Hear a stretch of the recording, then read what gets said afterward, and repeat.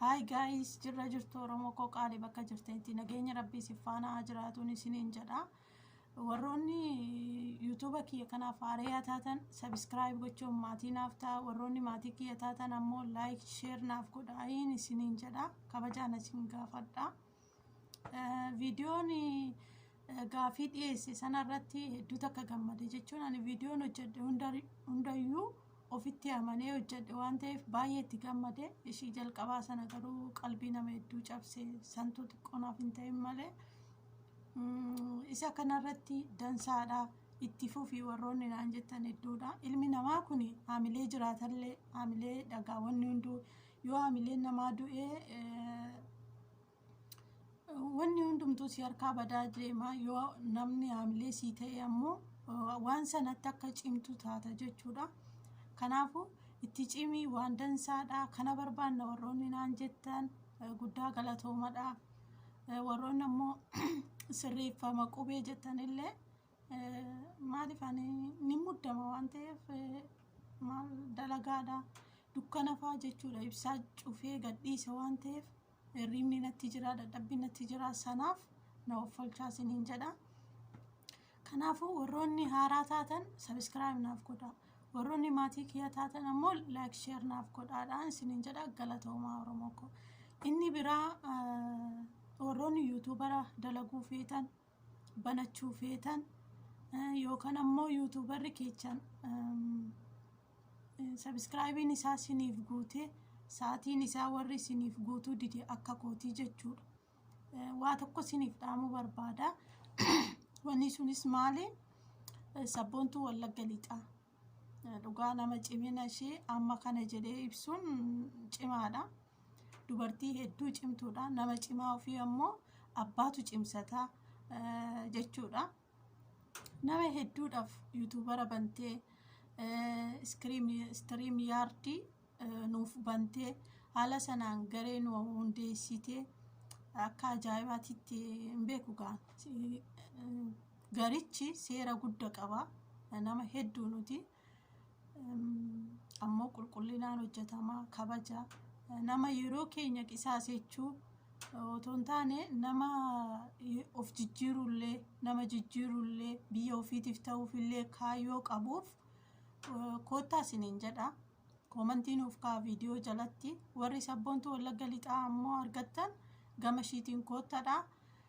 Yuutuubarallee isiniif bantii gareellee ni hundeeffamna. Dalagaarra jirra nu hundumtuu ni dalagna garuu wanni dalagu bilbila malee sii miti. Waayifaan kajaraati bilbilatu dalaga jechuudha. Suni haala kamiigaa warroonni garee keessaa isinitti himani. Nu nama hedduudhaan hedduu keessan na offalchaadha. Hedduu keessan maqaa dha'uun natti ulfaata. Tokko keessaa dhiisuu hin barbaadu. Isin hundumayyuu hedduu takka isin kabajaa jechuudha. Garee dimokiraasiin keessatti dagaagee garee wal qixxummaa garee wal kabajan uummata addaa waliin jirra. Dhugaa rabbii birrii barbaaduu osoo hin taane dirqama ibsuun narra jira waan jedheef isiniif ibsa.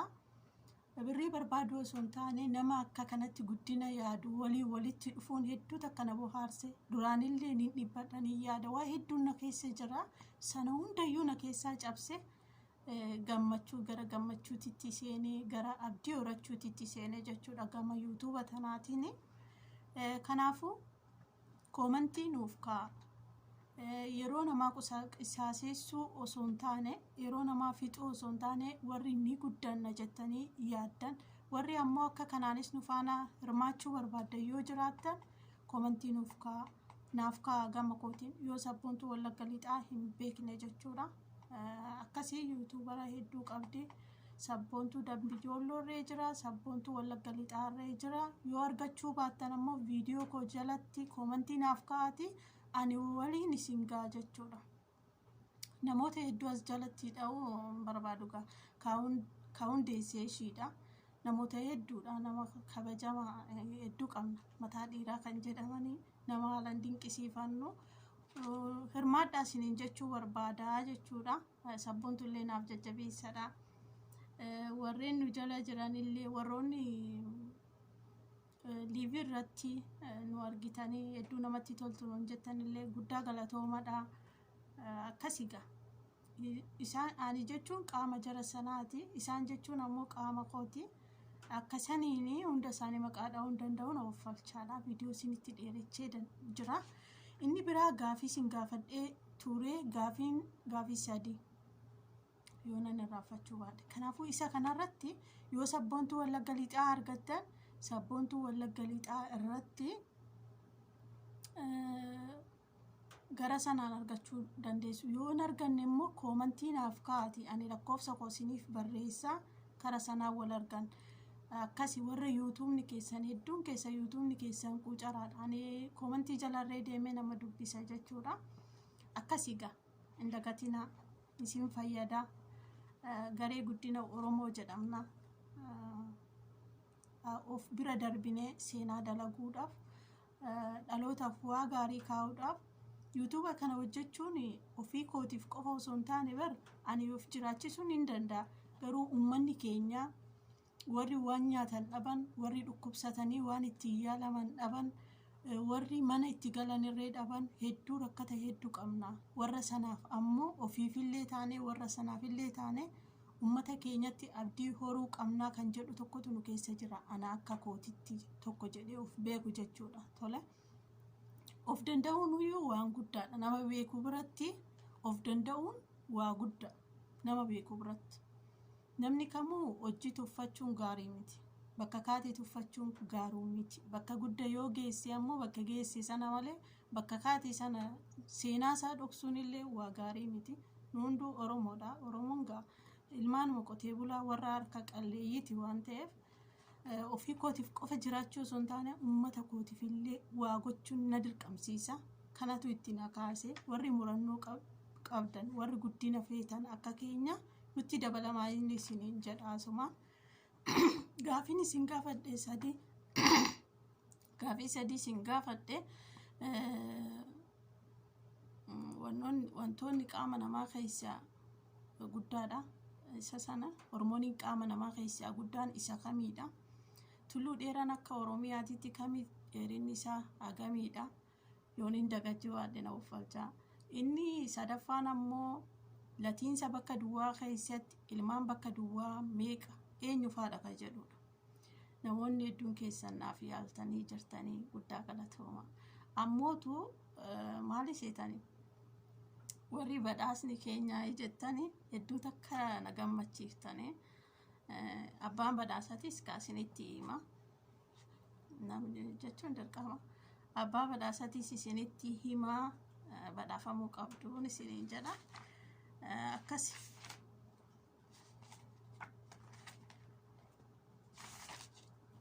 oduma madaamin olii gadi nuti ichitu oduma bilbila nu harkatti arguu jibbitu nuti ammoo otoo abdiin kutatiin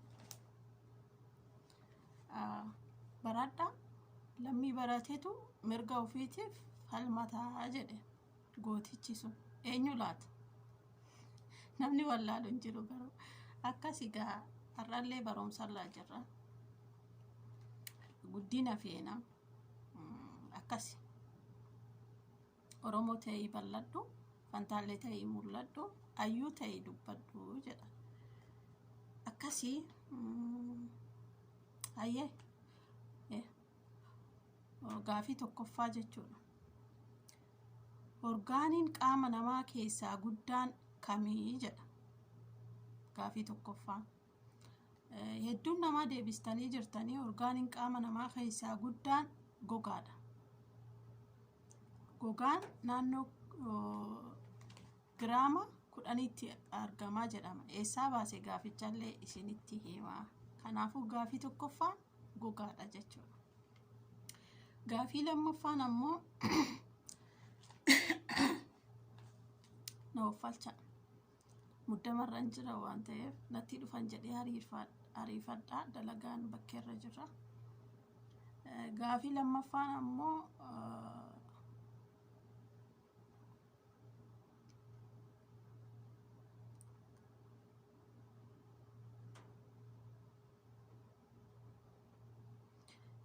gaafii lammaffaan akka naannoo Oromiyaatti inni shakkaa jedhee tanan beektanii inni dogongora jedhee tanan waan an hojjedhu tokko ofitti amanamummaa haqqaan hojjechuu barbaada. Akka naannoo Oromiyaatti tulluu dheeran isa kamii dheerinni isaa agami jedha. Deebistanii jirtan kanarree warroonni yaaltanii tulluu diimtuudha Baaleetti argama. Dheerinni isaa 4307. Warroonni yaaltan hundi keessan guddaa galatoomaa guddaa takka tafe jecha guddaa galatooma. Oromoo ko gaafii sadaffaan ammoo jechuun gaa nangatinaa jechuu barbaade tanan. Biyya uummanni hin jirre keessa jiraachuun gaarii miti. Mukni baala qaba. Baalan miidhaga. Anillee isiniin jechuudha. Kanaafuu na jajjabeessaa jechuu barbaade gabaabumatti. Gaafii sadaffaan latiinsa bakka duwwaa keessatti ilmaan bakka duwwaa meeqa eenyufaa jedhee sin gaafadhe.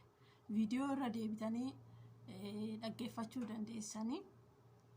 Latiinsa bakka duwwaa keessatti ilmaan bakka duwwaa meeqa eenyufaa jedhee sin gaafadhe. Akkasiin ani sin gaafadhe.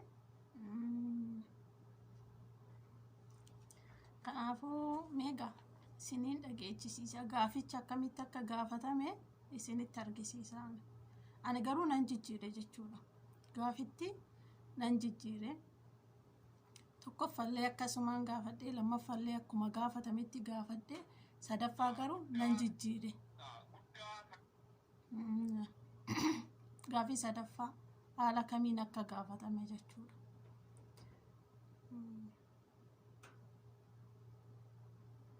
Oromoo keessatti ilmaan jiillee meeqa eenyufaadha? Ilmaan jiillee jaha maqaa jaha jiilleedha. Lakkoofsa qofaa menna maqaa isaanii irraa. Ilmaan jiillee jaha nuun jedhan qabxii kana nin qabaa fi hamilee nuuf kennaafi. Ilmaan jiillee jaha isaanis goona, guusaa, looyaa, warre siiba fi gindu. Akka kanaan jechuudha. Ani garuu gaaficha nan jijjiire. Hedduu keessan isin nyaachiste. Akkasii dhiifama naa godhaadha. Hedduu keessan xiqqoo bakka sanatti nyaatamtan malee lammatitti deebistanii jirtanii. Anis ammoo dirqama dorgaa dorgeerraa baase jechuudha. Latiinsa Oromoo keessatti ilmaan jiillee meeqa? Isiniin jedhe. Ilmaan jiillee jaha. Goonaa, guusaa, siibaa, looyaa, gindoo fi warree jechuudha. Ishee tanarratti sirreessitanii naaf hin deebifne. Akkana gaa. Haala kanaani ammas nin baasa. Ammallee yoon hin dalagaa fixe gaafittii kiyya baafachuu ni yaala. Nin baafadha jedhee yaala. Kanaafuu warroonni deebistan gaa. Akkami duran jedhe waan ta'eef warra gaafii guutuu deebistan malee hin ta'u isinii jedheen ture. Gaafii tokkoffaaf lammaffaa hedduun keessan deebistanii jirtanii. Gaafii sadaffittiin ammoo xiqqoo haalli ani ittiin gaafadhellee addaa sagaleen moobaayiilaatirree hin dhagahama jedhee yaada. Akkasiin waffalchaa Oromoo koo warroonni isinitti tole ani gaa jechuudha. Mana namaa keessa jiraadhe. Ija namaatiin nyaaramaa, 90 waamamaa, san keessa dhaabbadhee borullee jijjiiramee nama ta'a of danda'a. Biyya kootirratti ba'aan ta'u ka biyya kootiyyuu rakkoo jirtu naaf fura jedhee as keessa seeneef isinii hamilee naaf ta'aadha isiniin jedha. Sheer naaf godhaadha, laayikii naaf godhaadha. Laakiin yuutuuba irratti hedduu barbaachisaadha. Yoo yaada qabattan ammoo komentii naaf barreessadhaan isiniin jedha uummata kiyya. Akkasii amma viidiyoo gaafii isa biraatiin walitti deebinutti nagaan rabbii nufaa walumaan anaafillee isiniifillee bakka jirtanitti nagaa rabbii nuufaa kennu. insiniin jedha rabbiin biyya keenya biyya nagaa nuuf haa godhu. Nullee ammoo ummata obsa waliif qabu, ummata waliif yaadu, ummata waliif dabarfatu rabbiin nu haa taasisu. Ilmi namaa yoo obsa hin qabne eessayyuu hin ga'u, ce'uu hin danda'u. Nama obsa qabutu ce'a. Namni obsa hin qabne ofillee hin miidha, namallee hin miidha. Kanaafuu obsi ilma namaatiif waa guddaadha jechuudha. Waliif dabarfachuu, wal danda'uu, waliif obsuu qabaachuu qabna. Akkasiin isiniin jedha fayyaan dhabinaa.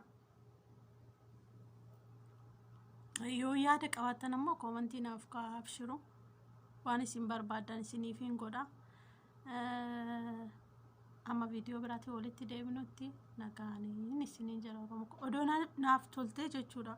Odoo naaf danda'amtee natti toltee guyyaarraa gaafachaa oolee gaafii isin gaafadhu sanallee deebisaa oolee hedduun gammada. Ammoo bakki ani jiru bakka waan saniif naa mijatuu miti. Ammayyuu kun torban lamatti har'anarraa gadi ba'anii waan ta'eef akkasii obsumaan na eeggadhaadha. Galatoomadha. Naaf jiraadha isiniin jedha uummata koo qaalii Oromoo ko.